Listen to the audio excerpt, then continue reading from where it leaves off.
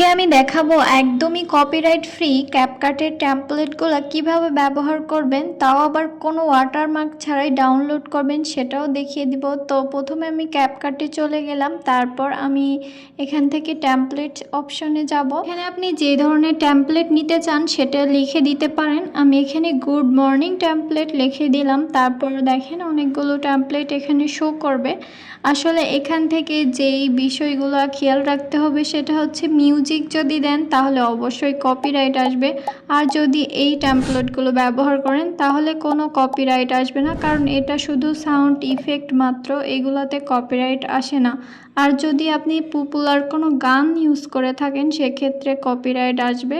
আর এগুলো ব্যবহার করা কিন্তু অনেকটাই নিরাপদ, কারণ এগুলাতে কপিরাইট আসে না। তো এখন একটা ভিডিও আমি করে তোমাদেরকে দেখিয়ে দিচ্ছি, আর কিভাবে ওয়াটারমার্ক ছাড়া ডাউনলোড করবে ওটাও কিন্তু দেখিয়ে দিব। তো আমি যে কোনো একটা ভিডিও সিলেক্ট করে নিলাম, তারপর কিন্তু অটোমেটিক এটা এডিট হয়ে যাবে এরকম।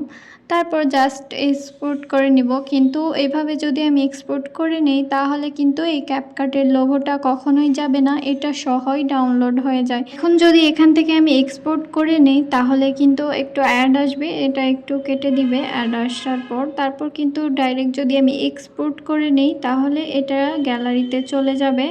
আর আমি দেখিয়ে দিচ্ছি, এভাবে করলে কিন্তু ওয়াটারমার্ক সহ ডাউনলোড হয়ে যাবে। এখন তোমাদেরকে গ্যালারি থেকে দেখিয়ে দিচ্ছি সরাসরি, এই দেখো ওয়াটারমার্ক সহই কিন্তু ডাউনলোড হয়েছে। তাই আমাদের যেটা করতে হবে এখান থেকে সরাসরি যে টিকটকের যেটা এখান থেকে এক্সপোর্ট করে নিতে হবে।